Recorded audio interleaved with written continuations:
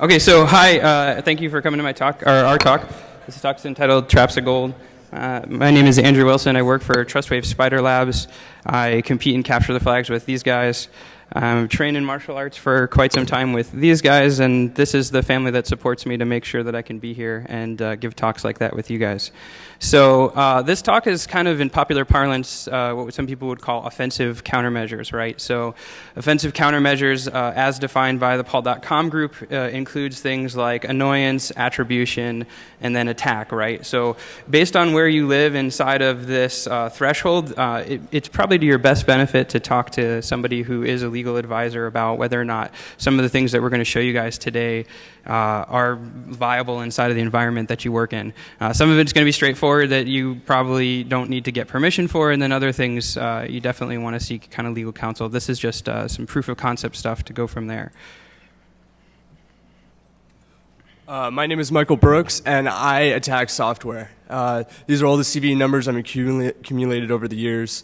That CVE right there, CVE 0049, I just obtained my highest severity metric. So the Department of Homeland Security issues severity metrics for the most serious vulnerabilities. This one right here received a severity metric of 25.2, which is in the top 500 of all time.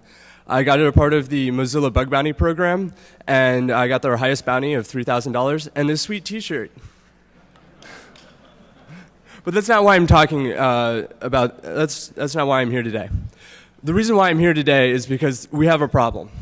Our approach to security is flawed, and one of the problems that I found is in a product called PHP IDS.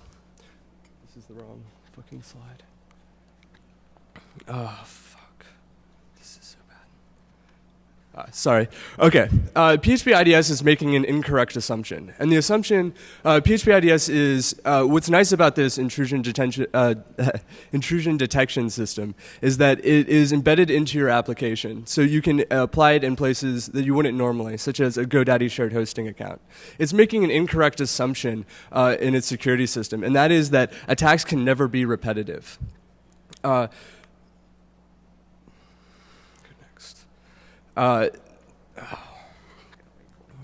This is the vulnerable piece of code.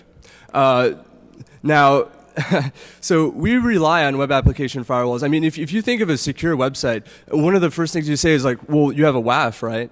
But the problem is that WAFs can be bypassed. And a common problem with WAFs is the preprocessor. And what you're looking at right now is a method that's being called on all input. And what it's looking at is it's looking at a regular expression, and this is saying, hey, I want to match a wildcard, which is the dot. I want to match two of those, at least two of those. And then I want to match at least 32 more, so a total of 33 repeating. And if it finds a string that's repeating 33 times, it replaces it with the letter X. So the significance of this is that I can hide any payload from the PHP IDS rule sets by repeating it 33 times. The effect is that I completely bypass PHP IDS entirely. Absolutely every rule set is bypassed. But then I went a step further. Not only was I able to bypass it, I can intentionally trigger a rule set in order to populate its flat file logging system with PHP code. The significance of this is that once I have PHP code on the local file system, then I can turn any local file include vulnerability in the application into remote code execution. So I said a lot, but the point is that not only did I bypass the web application firewall entirely, I also made it less secure. So this is a great quote from Bruce Schneier. Complexity is the worst enemy of security. So if you're able to add complexity to a system and actually make it more secure, well, that's quite a hack. That is not easy. Yeah. And here, let me demo it for you.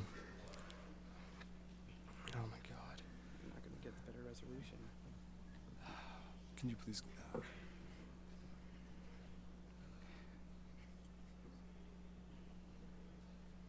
Okay. Now, that wasn't the only thing I'm looking at. Today, we're seeing a new trend, and that is we're starting to see XSS filters in web browsers. Internet Explorer was the first to introduce this, but other browsers are following suit. In Firefox, there's the NoScript plugin, which has an anti-XSS filter, and also within Chrome is also beta testing their own XSS filter. It's safe to say that soon all major web browsers will have XSS filters. So the era of very simple XSS exploitation is starting to go away. But instead, really these security systems, these general purpose security systems, it's not just web application firewalls or XSS filters in browsers, but also ASLR. These general purpose security systems create this kind of water balloon effect. The more they try and cramp down on the application, the vulnerabilities that are present start bulging out in new and interesting ways. And although Internet Explorer is loading, it takes a while. We were thinking about putting some hold music in here for you guys, but it didn't turn out that way. Anyway, it turns out that so a bit of background. On the CD, I go into great detail about bypassing PHP IDS in one of my papers. I highly recommend reading it. I go over a lot of my attack methodology. But after I submitted the paper to PHP IDS, the developers were ecstatic. They were really happy about it, and I'm actually now a member of their development team. I submitted a similar paper to Microsoft and Internet Explorer, and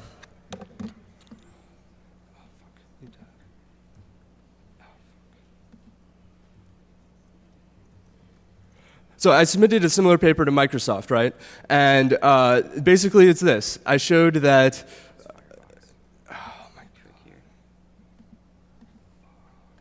Okay.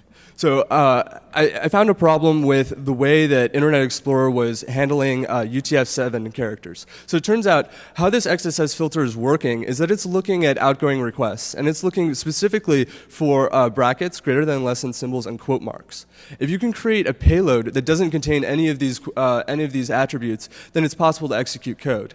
Execute JavaScript, rather. So I found a way. It turns out you can use UTF-7 encoding.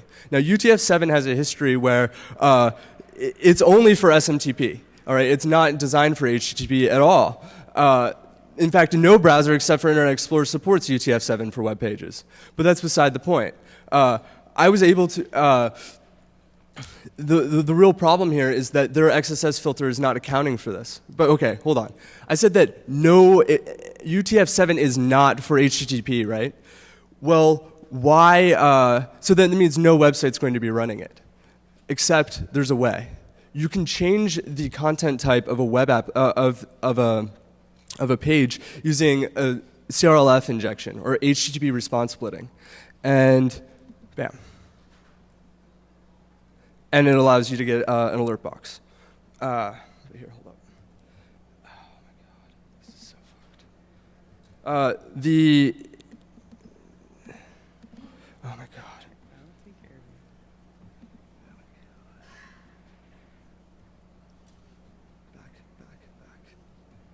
Back. The computer just crashed. Sorry, technical difficulties. Yeah. Memory. All right. I apologize. I was going to show you a great masterpiece, and that is that I was going to bypass both PHP IDS's built-in rule set for XSS and Internet Explorer's rule set for XSS in the exact same attack. That it is possible to bypass both filters on the browser and the server, and be able to execute code ultimately.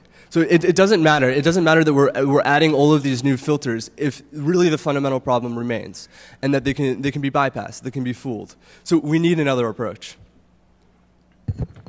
Screw slides. We could do it from memory.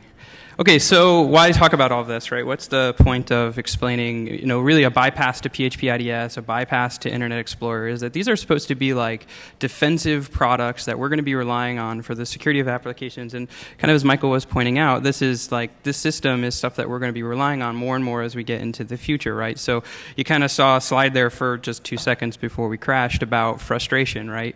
Is anybody here earnestly in the room think like the secure development approach is working, right? We see the news every day, and some major company, some data breach, not just a small one, but a really large one, comes into play, and it hits people in pretty negative, impactful ways, right? So everybody's kind of getting hit with that.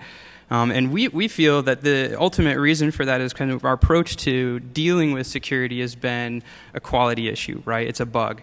When you look at books that are in popular use today, stuff like the Secure Development Lifecycle from Microsoft and then Secure Code and some of the rugged movement stuff, we treat security issues literally as if they were a quality concern, and that's how we approach it, right? So we took strategies to mitigate security issues like it was a bug, like it was a quality concern, and that starts with patch management, right? So patch management takes an approach that says you find a bug, it's in production, we've got to fix it. So you write new code that fixes the abuse scenario, so that way you can actually go ahead and make it safe, right? But that tends to come with some baggage, right? The first problem is that if you have a bug inside of a production system, right, it's available for people to exploit it. And if it's a known exploit, you run this patch window lifecycle, right, where Microsoft puts out a patch on Patch Tuesday, it's reverse engineered on Wednesday, and then you have a time between that patch, that release, where anybody who hasn't updated on the availability of the release is still incredibly vulnerable, right? So there's definitely some issues with that approach. And then you run into a secondary issue where the patch itself may not necessarily be something that actually fixes the issue. It might be a temporary fix, or it might be... There's also another problem. Like, really, the problems with IE's XSS filter are trivial to fix. It would take an afternoon. But they didn't even recognize there was a vulnerability. They're not, and they won't even fix it. It's a constant problem. Like, back in 2004, there was an interesting vulnerability that was released in IE. It was called the IE drag and drop vulnerability. All right, it allowed in the vulnerability in the attack, the victim picks up a carrot and drags it. Just as if it was a game. The only problem is that that's not a carrot. It's actually an executable on a remote share, and you're dragging it into your startup folder. You could get remote shell on Internet Explorer for 2 years, and Microsoft said, that's not a vulnerability? Like, you've got to be kidding me. Ultimately, they did patch it, and even... So 4 years after this attack was, it wasn't until 4 years later that the term clickjacking was even coined. But it's recognizing that there's a problem is an important step. Yeah, so patch management obviously was not ideal, and everybody kind of knows that, right? Anybody who's done secure regular development doesn't want bugs in production, right? Because bugs in production is no bueno. The problem with that is that we move forward. We move forward to, here, let's just play it from here. So patch management, Oh, and the computer crashed again. So I guess we're going to do this whole thing from memory. That's fine. No big deal. It is a Mac. Apparently, it has not been watching enough TV. That's my theory. Okay, so screw my laptop. So SDLC, right? SDLC came out as a measure to say, hey, bugs in production, that's definitely not the way that you want to go about doing this, right? Because inside of that system, was that? Just try booting up again. Yeah, I'll try boot up again. Inside of that system, you want to deal with it proactively, right? So you build it into your development lifecycle. It becomes something that you have to deal with. It becomes an earlier system. You start defining it. You come up with quality gates. You do threat models. You work inside of the system and make sure that it works for what you're doing as your dev cycle. And then at the end of the day, it's sort of a process of refinement, right? You try to reduce known vulnerabilities inside of the application. I'm a huge fan of Microsoft's SDLC, right? Despite the fact that it misses stuff, I think that it's the way that people ought to be taking a look at writing software, right? It's super mature, 10 years something of experience, lots of money, lots of manpower, and perhaps even more importantly, right, it has executive buy-in to say you can't release insecure software, right? So it's a great approach, fantastic approach, right? But you still have Patch Tuesday, right? You still have bugs that do get out into the system, and so we got to kind of question what advantage does this have? and how tenable is this as an end product for us, right? So the final thing we throw out there, right, as our solution to security is more bad software, right? I call it defects in defense, right? If we put more software like web application firewalls, or we put protections like antivirus or regular firewalls in front of these things, they're going to stop, bad guys from doing bad things. But kind of as we just shown earlier within the context of our actual attack component, you can bypass those things. And so when we rely on stuff like that definitely creates a situation for us that's pretty disadvantageous, right? It's not ideal. That's how we end up with the TSA, right? You get groped for free in the airport, which is nice, right? I mean, admittedly, but does it make you any safer is kind of the question. And what about the backscatter security scanners, right? Like, we spend tens of millions of dollars on a security system that can be defeated with pancakes. Like, really? Really? Are we really doing this? And this is at least the second time that breakfast has been used in an attack. The first, of course, being the Captain Crunch whistle. So clearly more research needs to be done in the area of breakfast-based exploitation. I'm just putting that out there. All right. So the question then really, this talk is not about all the stuff that's broken, right? I want to point out that these are difficulties that we face. It's the reality of writing software, and it's stuff that we need to continue to do.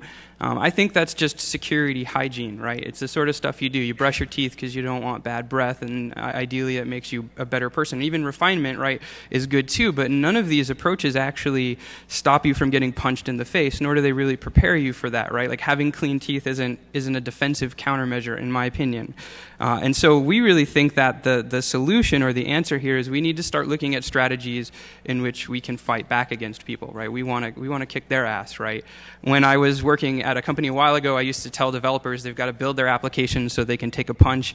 I'm going to change my statement. I think you need to build applications that punch people back, right? I think that needs to be the way we move down this road.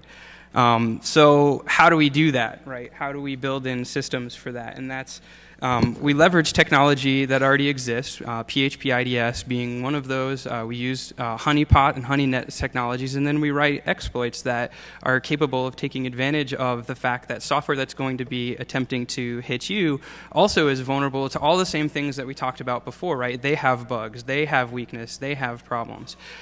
There's this phenomenal Twitter feed from Richard Baitlick, who said something great. He said, it's not just because we have these glass-built homes, it's because there's people throwing bricks at them, right? And that's what we need to deal with, is the brick throwers. Hacking against our systems and attacking these things, this is a human problem that manifests itself with technology.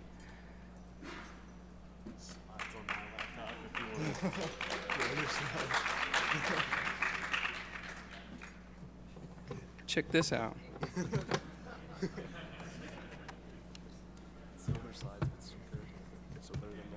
Hey. Owned. This is good. It works nice on mine. Yeah. I think we just got owned.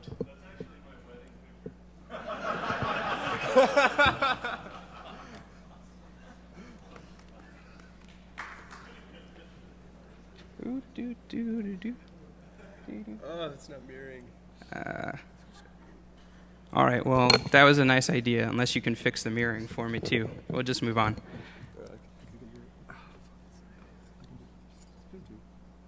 So they have the risk too, right? This is a human problem, and because it's a human problem, I think that's exactly where we attack people, right? We chase them in the places where they're human. Bad guys who are doing bad things against you, they have things like ego and bias, and they think they're going to get in, and when they find results, they're going to try to exploit these results because they're basing it off of prior experience and prior knowledge. They have weaknesses in the sense that the tools that they're using are imperfect as well. And we'll just go from here.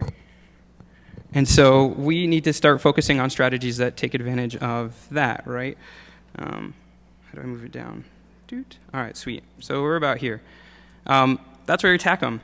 When we look at how we're going to do that, we're going to leverage stuff that other people have done, and that includes IDS systems, honeypots, exploits, and we're going to put those together in a fashion that we can trap people inside of our systems to create things like better attribution, shut down their tools so they ignore particular content areas, or in certain cases, just completely shut them down entirely.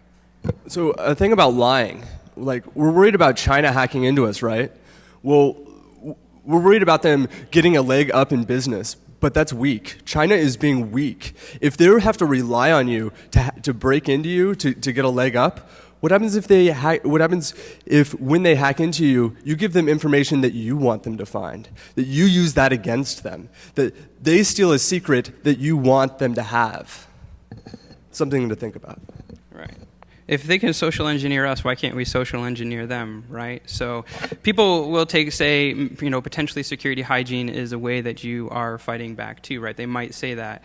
And I would kind of classify that as more of like a war of attrition, right? When you look at how people fight combat, how they can, compete in combat, there's really two strategies. There's an attrition-based model and then a maneuverability model, which is kind of a modern-day guerrilla warfare combined with some other things, right? And in a war through attrition, the idea is that I'm going to gather as many resources as I possibly can, and kind of who has the most arms wins, right? If they have 4 nuclear warheads, I've got to get 10, right? And then when they get 10, I've got to come up with a better nuclear warhead, so then I'm kind of the winner, right? That approach is expensive because it costs to build it up. It's expensive because it costs to maintain these things. And then it's expensive in the sense that if you actually go toe-to-toe with these people, it's pretty deadly when you actually start talking about it in real tangible terms of human life, right? But that's not actually how the bad guys are attacking us. They're taking an approach, whether conscious or unconscious, of maneuverability, right? It's like our good guys, our defensive line, wants to create a football team, right? So we get the very best football players we can find, we give them the best food, we work out with them in the best equipment, we do the best training, and so they're the biggest and the baddest, right? And they're going to shut down the offensive line, and when they show up to play the game, they're there to win, right? But in this case, the offensive line's like poison their food, they're sleeping with their girlfriends on the side, right? When they go to play the game, they've already broken in their house, stole all their money. That's how the bad guys are attacking. They've set the stage up so that all the things you think you're doing that are to your advantage end up being to your weakness, right? They're not going to play your game because your game is designed so you can win, right? So they play their game, and they make you play their game as a means to shut you down, right? And so if we look at strategies, I think the people that we want to look to is people who are actually fighting in a capacity to do that. And in this case, we've kind of based a model off of the United States Marine Corps. So maneuverability, just kind of at a historical reference, comes from a gentleman primarily known as John Boyd. I don't know if you're familiar with the OODA loop, but he's kind of the guy who is behind that, and he's definitely behind maneuverability, right? Maneuverability at its core, its doctrine says we aim to shatter the cohesion of our opponents so they can't make decisions in a timely manner while we gain strategic advantage and basically obliterate them, right? We're going to use their stuff against them. We're going to stack the deck in our own favor. This strategy is based off of 3 major components, right? The first being ambiguity, the second being deception, and the third ultimately being tempo, right? Ambiguity is this idea that if there's more than one way to accomplish a task, we should try to find a route that makes it very unobvious what we're actually doing, right? If we go ahead, let's say I have a destination and there's 4 different ways that I might possibly get there, from a pure resourcing perspective, if you're trying to provide intel about how somebody does something, you need 4 times the resources in order to monitor each one of the possible ones, because presumably you don't know where they're going, right? That's the value of ambiguity. But that's not how we build apps. We build our applications like they're billboards, right? We're proud of the fact that we wrote it in Java, or we're proud of the CMS that we built it on, or we're proud of all the developers who were involved. That's why we leave dev comments all over the place, right? And we make it as if, hey, not only am I going to this destination, but here's how I'm going to get there, here's who I'm taking along with me, and here's all the gear that I'm going to be packing with it, right? And so some of the ways we see that are server banners where we tell people what we're running. Oftentimes you don't need those, right? It's not of any value to stuff. And when you start measuring that against things like the Shodan project, or when people are doing Google Dorks, when they find an exploit in a CMS or something that you might be using, like those are pretty compelling reasons that you might not want to actually sit around and tell people that stuff, right? File extensions, your browser doesn't care about file extensions. If you send them HTML back, for the most part, your browser is fine. So unless you have a use case where you have like different mappings for how the file extension comes back, that's mostly a server-side processing issue. And in most cases, you can completely disable that and not say, hey, I've got PHP, or hey, I'm running ASP.NET, or hey, I'm running Ruby, right? Those are things that are unnecessary. And then finally, default files, right? I was working on a CMS a couple weeks ago, and they had some default control examples for developers, and it says, hey, this is how you write software using our stuff. It's installed by default, and it's of advantage, right? But the problem is that these control examples were bound to the top node of the CMS, so they could look at every single part of the application with unauthenticated access. So from a default control example that was left enabled, you could completely bypass the majority of security in the entire CMS off of a default file, right? So these are most often unnecessary, and in fact, these are some of the things that when you start looking at things like JoomScan or CMS Explorer or any of the tools that are based around fingerprinting, they're going to be using these tools as a means to identify how you've built your application, what plugins you've got enabled, and how they might actually go about attacking them.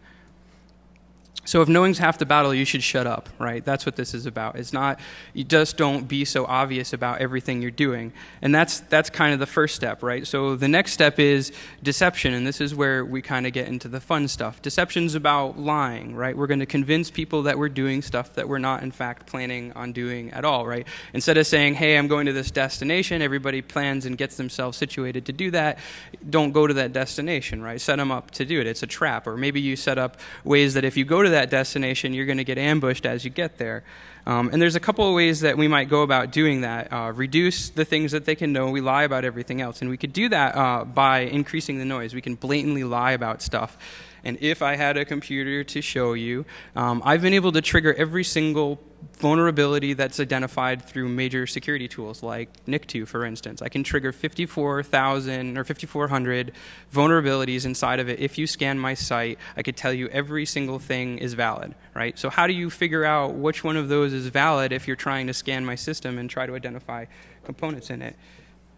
In PHP IDS, I added a system of triggers. So when a particular rule set is hit, let's say it's a blind SQL injection test, and they're trying to get us to sleep for 30 seconds. Well, when I see an incoming request, PHP IDS flags it, and then I look at it, I'm like, well, how long do they want me to sleep for? I pull it out with a regular expression and sleep for that period of time. This fools every scanner. Another thing, like what happens if they're trying to use directory traversal and they're trying to grab like /etc psswd? Well, we'll just print out that file. That's fine. It's a fake. It's not the actual file. The same thing goes for Windows files, like trying to get win.ini. And the point is that it's easy to fool. These tools are trusting. They're not planning on someone lying to them, and so they're easy to manipulate. So I actually have a slide in the one that doesn't crash where this isn't like to pick on NIC2, right? This NIC2 is just an example of a tool that we use to do this, but we've been able to actually trigger false positives on just about every major scanner, commercial or uncommercial, on the industry today. We can lie to them, we can subvert their ability to make cognizant decisions, because ultimately when it boils down to it is they have this pseudo responsibility of being safe, right? They don't want to shut you down, which means they're not going to exploit stuff that they find. And if they don't exploit stuff, they're just collecting evidence and saying, hey, it kind of sort of looks like this. So you might as well lie about the evidence and make sure that happens. A secondary issue with this, kind of a corollary, is how these things work. Oftentimes they make developer mistakes. If you put together like a scanner or a tool and return a 404, oftentimes developers use these things as like a null check, right? I hit a web page, if I get a 404, it means there's no content, so why bother scanning it, right? Well, the problem is that your browser actually doesn't care about what the status code comes back. It'll render that content anyways.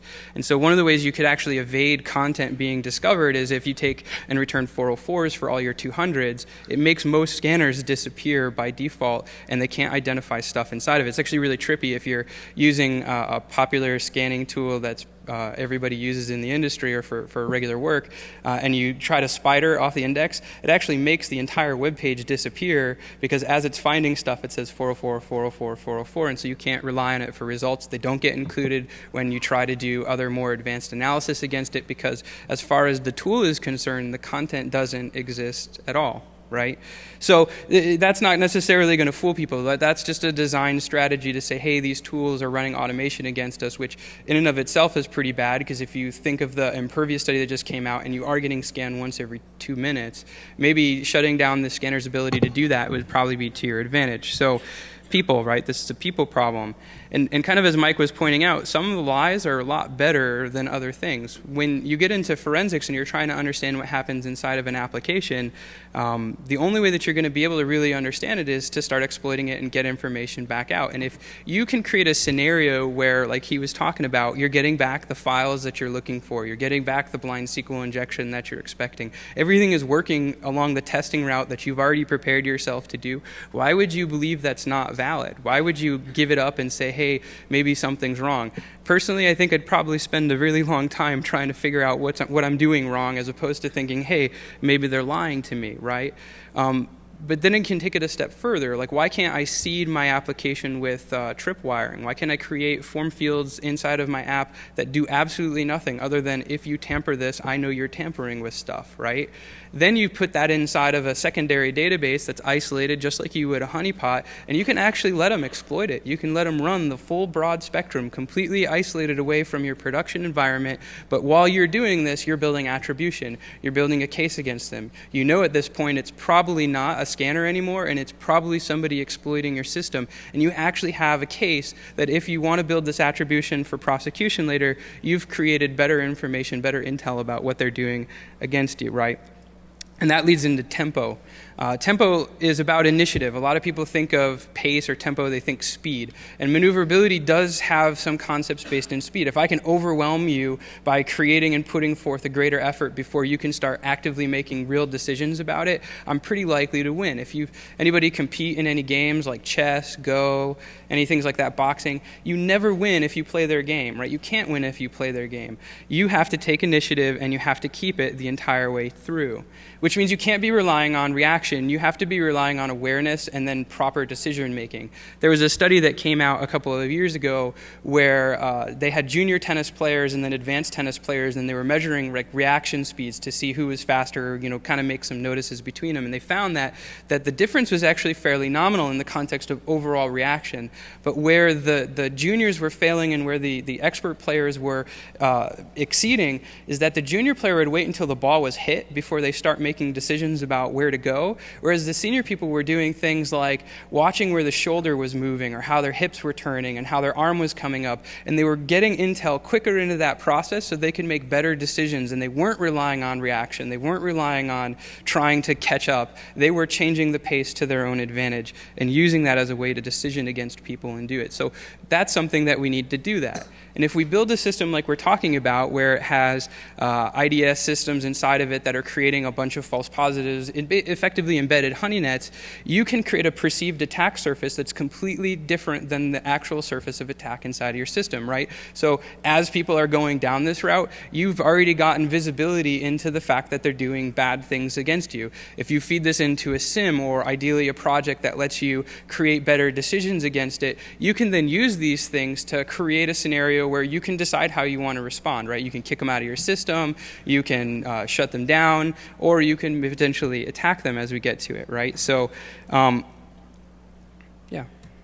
That's where I think the App Sensor project, right, the OWASP App Sensor project actually has a lot of value. The stuff that Michael Coates is working on is that application has to be embedded in the context of awareness as to what's going on inside of it, which is why we chose PHP IDS as our base model for this, because it lives inside of the application.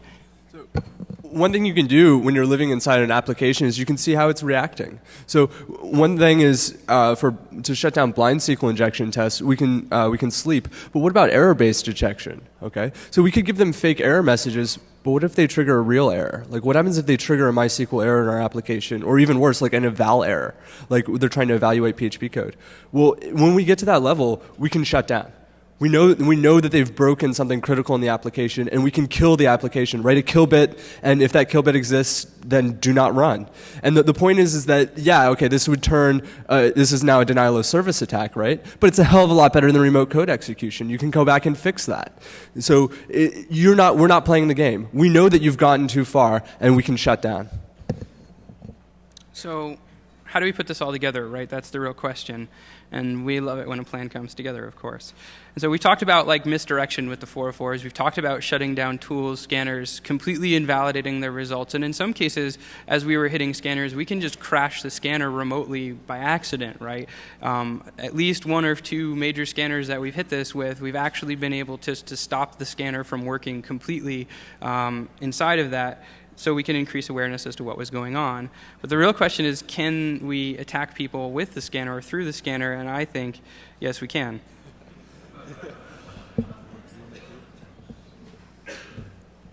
All right, what you're looking at is a very unpatched Windows XP VM running Acunetics. Right now, well, anyway.